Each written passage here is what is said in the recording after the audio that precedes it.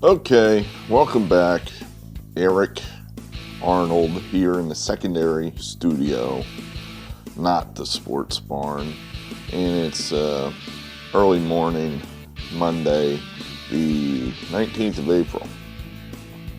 And we've got a couple picks here for you in baseball for this Tuesday or Monday. And let's recap Sunday. I was worried. I was. And as I feared, it was not win day. Steve Carlton coined the term win day on days that he started. It was, in fact, lose day. Wayne Twitchell or Woody Fryman was pitching or somebody like that. So, lose day. It was bad.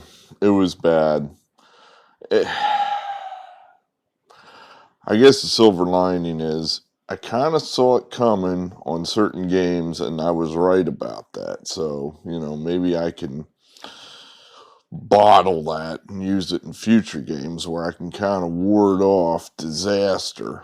But let's put the big EO meter up here. I did the calculations here. Again, I guess if we're trying to find a silver lining, our top plays are still doing well. Our second best plays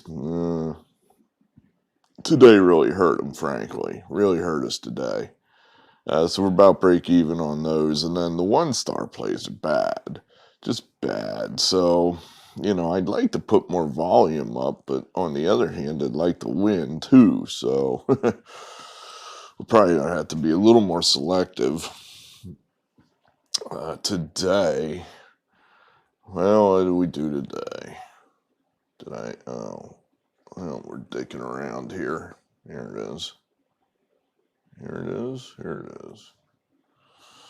The Yankee game, I knew this was going to kill us, and I should have just not played it. I should have just simply not played it. The problem is the model just picks out certain spots, but it cannot see, obviously, what a human could see. In other words, what I kept saying to you last night. I don't know, the Yankees aren't playing well. And lo and behold, the Yankees aren't playing well. If you had told me we were going to get 6 innings of Cole, he'd give up 2 earned runs, Stanton would hit a home run, and we'd still lose, I would say, oh man, how'd that happen? But that's what happened. I mean, that Yankee team simply, nobody's getting on base. That team usually walks. They usually have some guys on base when somebody plunks a home run, which they do, pretty frequently. And they got one today, and we still only got 2 runs. So that team's not walking. They're playing shitty defense. I'm not sure what Aaron Boone is thinking, why he's plunking Aaron Hicks right in the 3-hole. And he killed us defensively. I guess I think it's a general, I don't know, it just feels generally true to me that if you got a guy over 30 years old, and the further over 30, the worse he would be, out in center field, that's a problem. And he played bad defense today, cost us at least 1 run, probably 2, and, just bad, and Boone puts up with it. It's like, so, okay, I knew it too. Did I not tell you people before the season started that the Yankees were not going to, I would take the under on whatever they were at, 96 wins. And, sure enough, we've been right so far on that. But then here I go, sticking my face in the fan with this huge price. It was just way too expensive. I was getting all excited that the model was starting to get dialed in here, and I should have just pulled it off here. I just should have pulled it off this game, and I didn't. So we paid a huge price. It's probably the worst game of the day right there. That, without a doubt, that was the worst game of the day. That Yankee game, very disappointing. But my fault. The Phillies, they got it done. Aaron Nola, brilliant. The Phillies didn't score any runs, but Nola went the distance. He wasn't pitching that well, and then he managed to, string it all the way together today and go the distance. That's a first for him. He's never done that before. So, arguably, do we get lucky? In other words, he basically pitched the best game of his career today. And he needed to, as the Phillies scored all of 2 runs. Um, this next game, I guess I need to, you know, make this clear, and we'll do this going forward. I played this game basically because I figured Strasburg was going to bounce back off of his last bad start, and of course he didn't pitch. But I didn't say, you can say on your bet must start, and that voids the bet in the increasingly, frequent circumstance where the starter doesn't go. It's happening more and more. So, I'll take the L here, because I didn't make that clear. I'm going to take it for like 140 and not the whole price I had it listed at, because I don't think that's fair. But we'll take the loss, and, we'll be a little more careful next time. Marlins, Giants, that was close. I mean, 1-0. That could have gone either way, probably. Didn't get that one.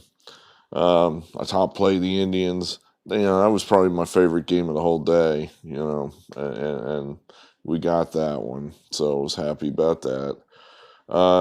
Another game, I just didn't, I knew we were paying way too much for this game. Just looking at it, it's like, why is my team, minus 192? I'm looking at the two lineups, and I didn't see a whole lot of scary stuff in the Brewers lineup. So I'm kind of thinking, it's like, this is a mistake. But it did anyway, because the model said, and, again, I'm patting myself on the back a little bit in that I knew this was trouble, but I did it anyway. So, we'll just try to do better. And then the A's, maybe I should say the Tigers, we'd be jumping off a bridge right now if it wasn't for the Detroit Tigers. They've saved the entire season so far, so, we beat them again. Got a little lucky, I guess, in the 9th inning. The center fielder loses a ball in center field. Although I heard the announcer say in the, the highlight video, the Coliseum strikes again. So I'm thinking, well, that's part of why I played this game. I told you it was a weird place to play out there in Oakland, and they had an advantage. So, maybe that's part of it, that, visiting teams look up into the sky and the sun's in just a different place for them than it is for the A's. I don't know.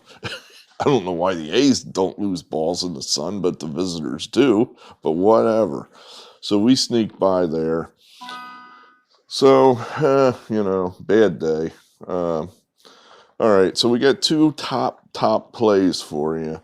Before I get to that, it's my video, so you can fast forward ahead to the picks if you care to. But I'm gonna ruminate here on the news of the day, or I think the sports news of the day, and that's this Super League that they're forming in European soccer.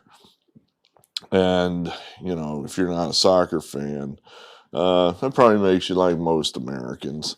Although, soccer is probably the most popular sport in the entire world. So there are a lot of people that are bent out of shape about this.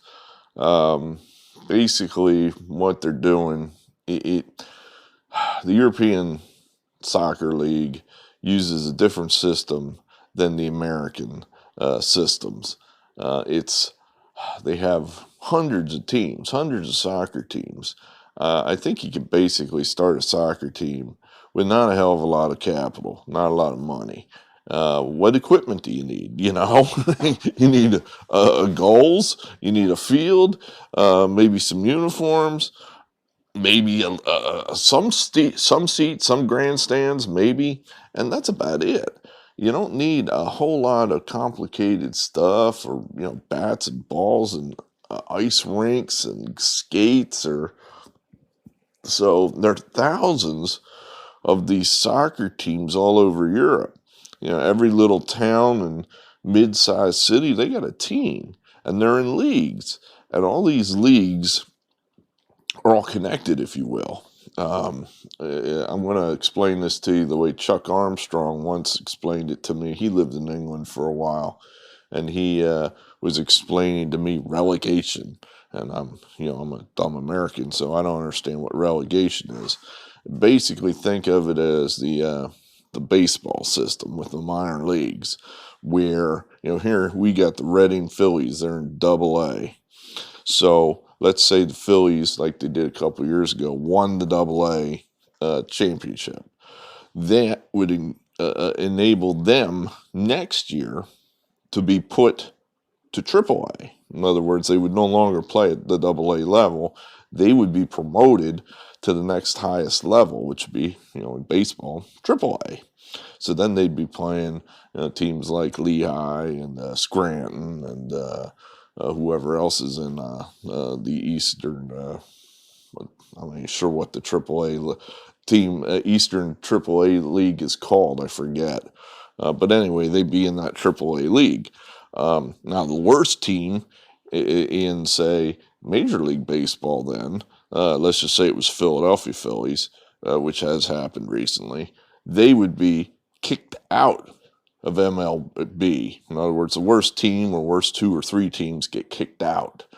You're out. You're too bad. You suck. You go to a lower league. So then the Philadelphia Phillies would play in AAA. In other words, I could, not too long ago, that actual circumstance happened where Reading won the league, so they would have gone up to AAA. Philadelphia was one of the worst teams, if not the worst team in the majors. They would have been relegated. They would have then played at AAA. So Reading and Philadelphia would have been in the same league, at least for 1 year. So that's the way they do it in Europe.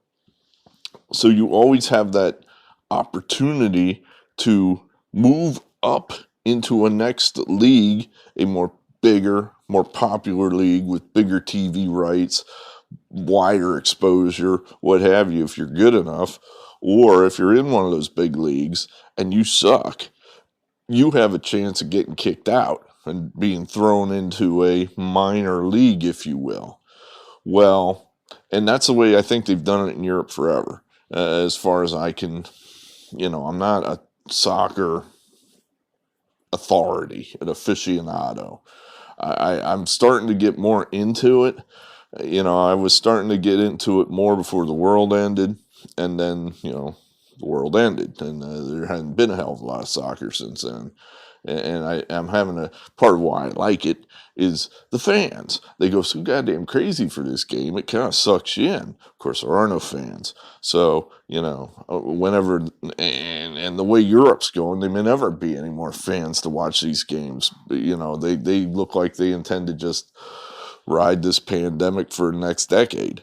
But at any rate, kind of getting into the soccer, I think they've had it that way forever. And now this Super League, basically what that is the biggest 12 teams in Europe, which I think would include 6 from England, 3 from Italy, and 3 from Spain. And when I say big, I guess that would be a combination of most successful, most money, if you will. For example, one of those teams they were making fun of in that they're not very successful. I think Arsenal, they're not very successful, but they got a lot of money. I guess that would be the equivalent of like the Dallas Cowboys. They've been invited to join the Super League. So these 12 teams are going to become in the Super League, and it's a closed league. So if you finish last in the closed league, you're still in the Super League. And there's no other way to get into the Super League. So all those other leagues that these teams are vacating, they have no way into this new, Super League. So basically what they're doing in Europe is adopting the American system. In other words, the NFL is a closed system. I think it translates better when you talk about baseball, because baseball has all the minor league teams that play the exact same game as the major league teams. And it is possible that some of these minor league teams, could compete on a limited basis with the major league teams.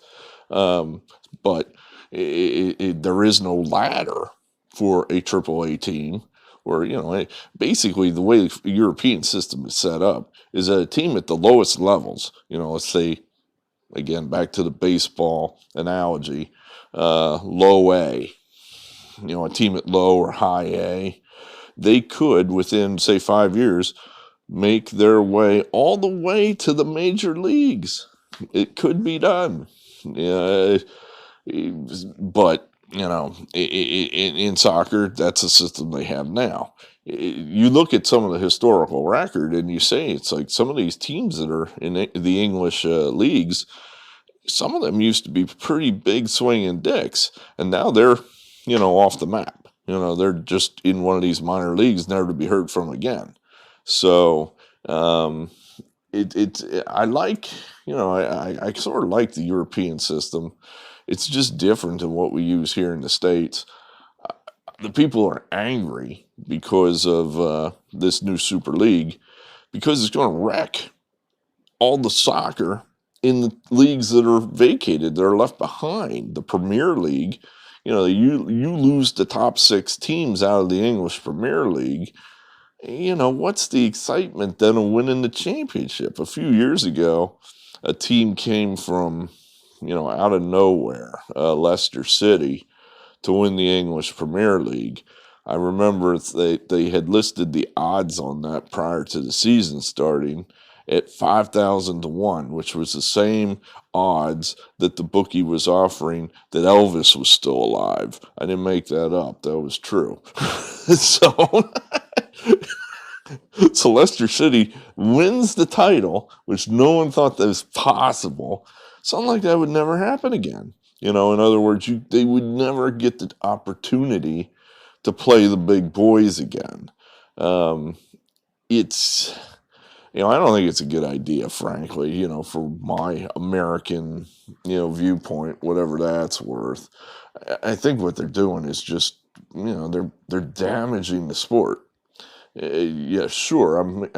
I found it interesting that this news was on ESPN tonight, and I'm looking at it and I'm thinking, that's interesting. And ESPN, who has an opinion about everything, didn't have anything to say about it. They've been quiet about it. Why? Because they think they're going to make money off the deal. They're like hiding in the weeds, going, "Yeah, we're going to pay billions for this contract, and we'll get it, and we'll make money." But that's why everybody's mad, is because, whereas if you're in one of these 12 teams or whatever, fan of one of the 12 teams, yeah, your team's probably going to make some money. And the TV contract for the Super League will probably be enormous. But the other leagues are going to be left in the dust. And that's going to be, who's going to turn in to see the Premier League now, where you got no Manchester United, no Liverpool, no Man City, no Tottenham, no Arsenal, and I forget the 6th one. So, it's that's going to be, just not as exciting. It's like it'd be like the NFL if all of a sudden I told my brother, I said, for nevermore, you're never going to get to play the Dallas Cowboys, the New England Patriots, the Green Bay Packers, and some other huge rival. And his initial response, of course, would be, "Great, then we'll win everything." And then I'd say, "Do you really want to win everything without the Dallas Cowboys there? I mean, if you can't get to beat the Dallas Cowboys, does your life not have as much meaning as it did yesterday?" He'd have to agree with me at some point, that without his rival, without his white whale, his life would just not be the same. He needs the Dallas Cowboys. He has to have the Dallas Cowboys. If he can't, my brother Mark cannot have the Dallas Cowboys to hate, then he has no purpose.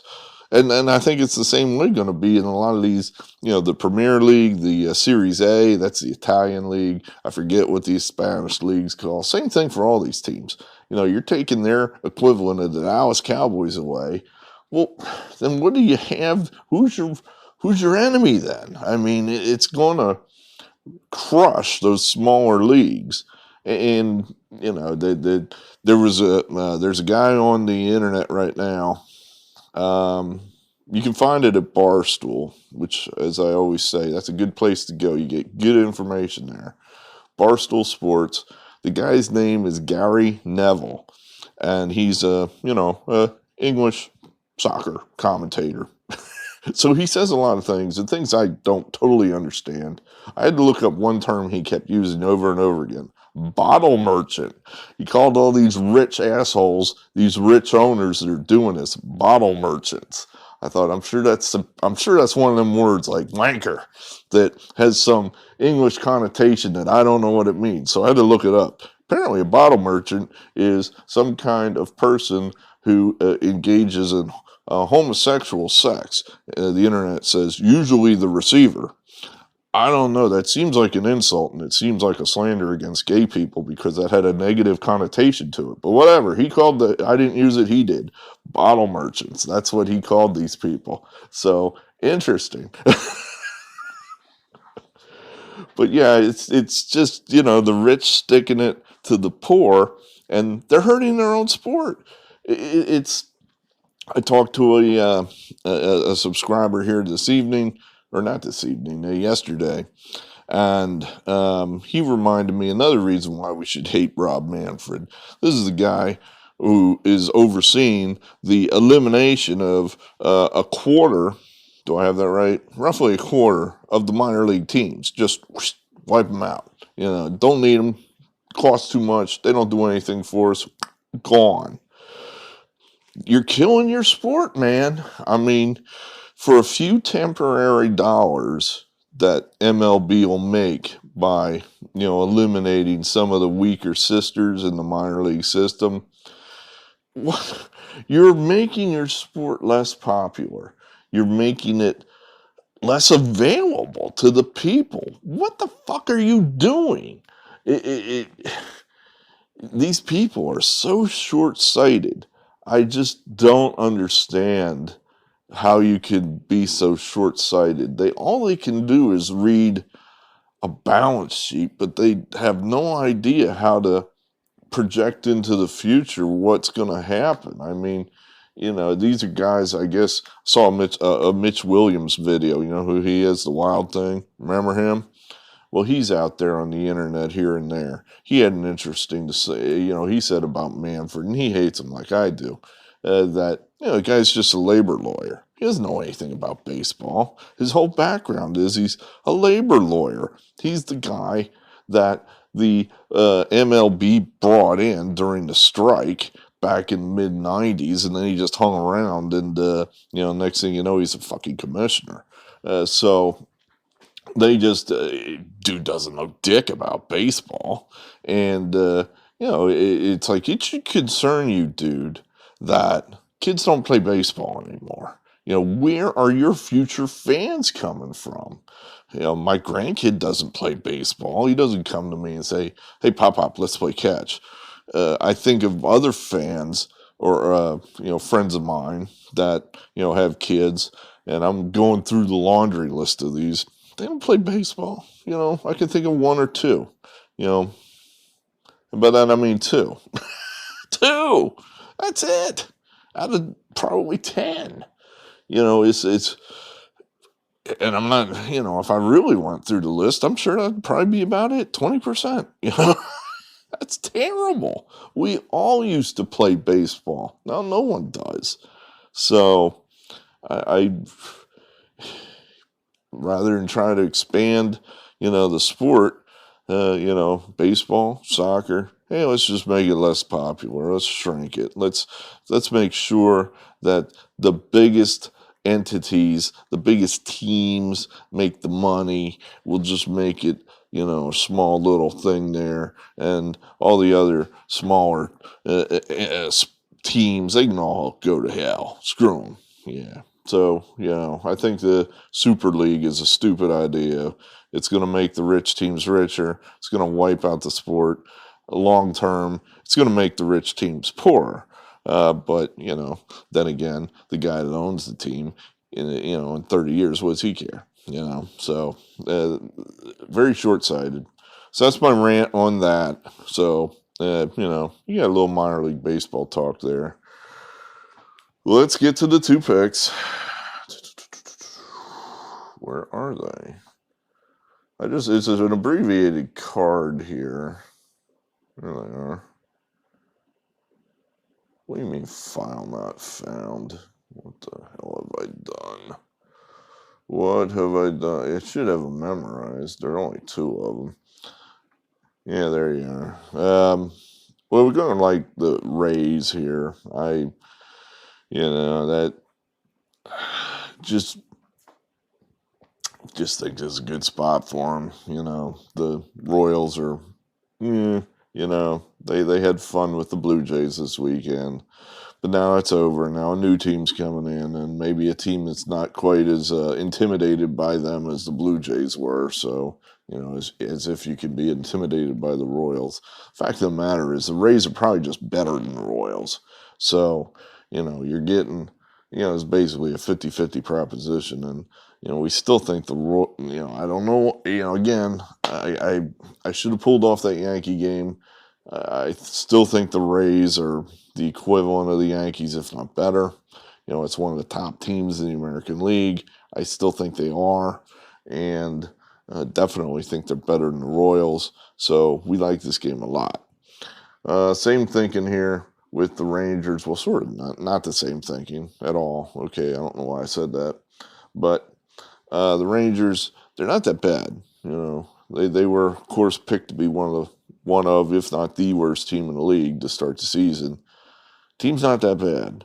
I think that's one of the things the Rangers have historically had an ability to do is overachieve expectations. Somehow, some way, they find guys that no one else finds, get miles out of them, guys you've never heard of.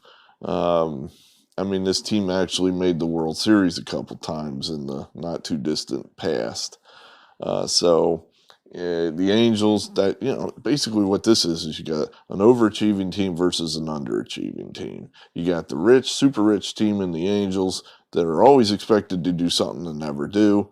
And then you got the Rangers who are always expected to be terrible and are usually better than terrible. So, plus you got the Angels, they've been sitting around for a couple days. They were playing pretty good ball.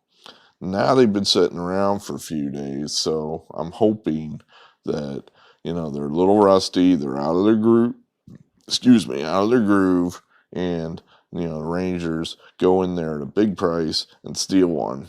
That's what we're thinking. So both of these are top plays. Our top plays have been pretty good. So I'm hoping, well, we'll break even if we catch the Rays and not the Rangers. If we catch the Rangers and not the Rays, it'll be a real nice night. If we catch them both, it'll be a super nice night. But let's see what happens. That's what we got. Thanks for being here. Appreciate all our viewership and what have you. Let's get off this week off to a good start. Let's wash the taste out of our mouth of that bad Sunday and get back on the right track. Good. Thanks. From me to you, good baseball. Good evening.